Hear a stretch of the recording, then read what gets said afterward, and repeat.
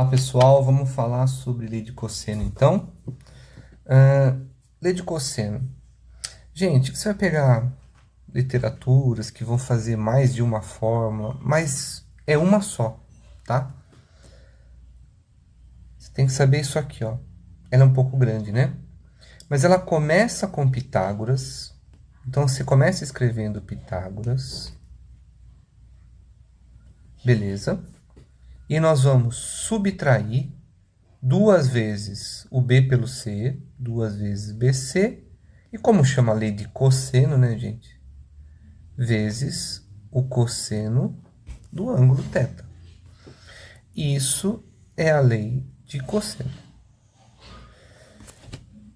Se no seno eu falei para você que é quando a gente tinha dois ângulos de um lado, como que a gente aplica a lei de cosseno?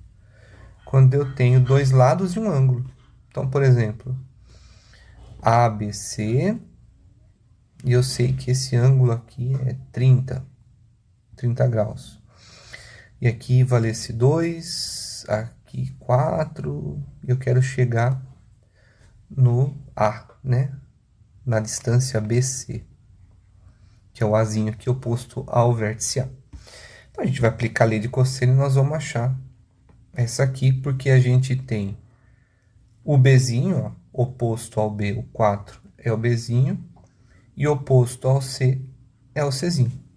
Então, é isso que a gente troca aqui, e nós vamos obter o valor de A ali, né? O B e o C aqui também, tendo esse ângulo, a gente multiplica pelo cosseno dele.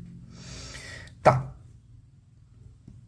Aí você vai ver outras fórmulas, que é quando eu quero isolar o B e o C. Gente, é tudo a mesma coisa. O que muda? Imagina que a questão fosse assim. Só que olha só, vamos dizer que ele desse assim, ó. Que esse ângulo é B. Eu vou deixar nessa cor mesmo. B, A e C. Beleza? Poxa, o que eu quero aqui é Bzinho. Você não pode trocar o A aqui. Você até pode, né? Você poderia trocar aqui e isolar o B. Mas o que seria inteligente? Você rebatizar os nomes. Porque já que eu quero esse lado, e esse Azinho aqui está na fórmula, não é mais conveniente o que era B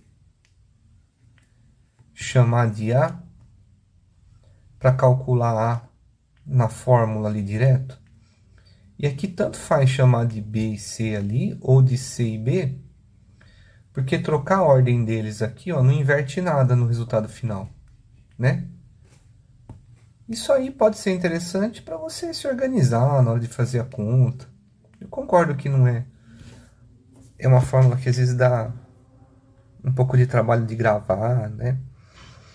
Mas eu estou mostrando algumas estratégias para que você não tenha que fazer como eu vejo algumas dicas por aí, que faz o aluno gravar 3 tipos de coisas, sendo que é uma coisa só, né? Tudo isso é aplicação da lei de cosseno, tá?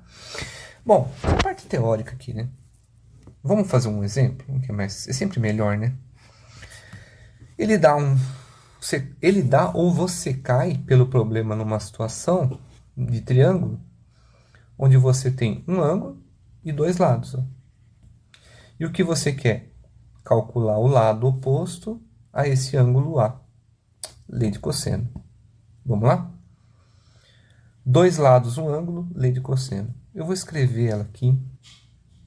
Menos 2 vezes BC, cosseno de θ. Tá joia? Pessoal, talvez quem está né, afinco aí nos estudos vai falar assim, professor, mas lá em física, quando a gente calcula o vetor pela regra do paralelogramo, ele é mais. Ele é igualzinho essa fórmula, só que ele é mais. Por que que aqui é menos?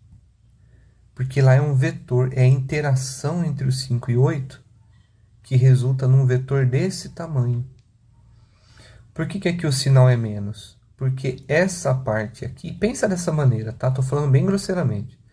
Pensa que essa parte não interessa que interessa é saber esse lado, que é correspondente a esse. Então, a gente subtrai da conta do vetor que não interessa. Por isso que aqui vira menos. Vamos pensar dessa maneira para você não fazer confusão, às vezes, entre matemática e física. Que, na verdade, aí tudo é matemática, né? É matemática dando base à física. Vamos lá. O meu Bzinho oposto ao B aqui é 8. O C é 5, que está vindo daqui. 2 vezes 8 e 5. Cosseno do θ. Cosseno de 60. Quanto é o cosseno de 60? Meio, né? 1 sobre 2. Bom, vamos lá. Dá para ir direto aqui? 64 mais 25. 4 mais 5 dá 9. 64 mais 2, 89, gente? Acho que é isso, né? Aqui todo mundo é produto, ó. Cuidado com o termo independente aqui, ó. Esse menos está separando esses caras desses caras. Esses caras também são separados. Eu fiz esse e fiz esse e já somei os dois, que deu 89. Agora esse, vamos separar. Primeiro o produto, depois subtrai todo mundo dali. Então eu vou trazer o sinal aqui já para cá. A parte boa é que 2 com 2 dá 1, e 8 vezes 5 dá 40. 89 menos 40, 49. O 2 vai para lá como raiz. A igual a 7. Então, esse lado aqui mede 7. Olha que continha bonitinha, né? Deu um número inteiro e tal. Lá na lei de seno a gente teve que simplificar a raiz, depois a gente teve que racionalizar. Pode acontecer de você ter que usar a lei de cosseno e precisar fazer isso também, tá? Então, se precisar, se não fosse uma raiz exata aqui, um quadrado perfeito, você ia simplificar, e se depois isso ficasse com uma raiz no denominador, você teria que racionalizar, como a gente fez na lei de seno. Beleza, pessoal?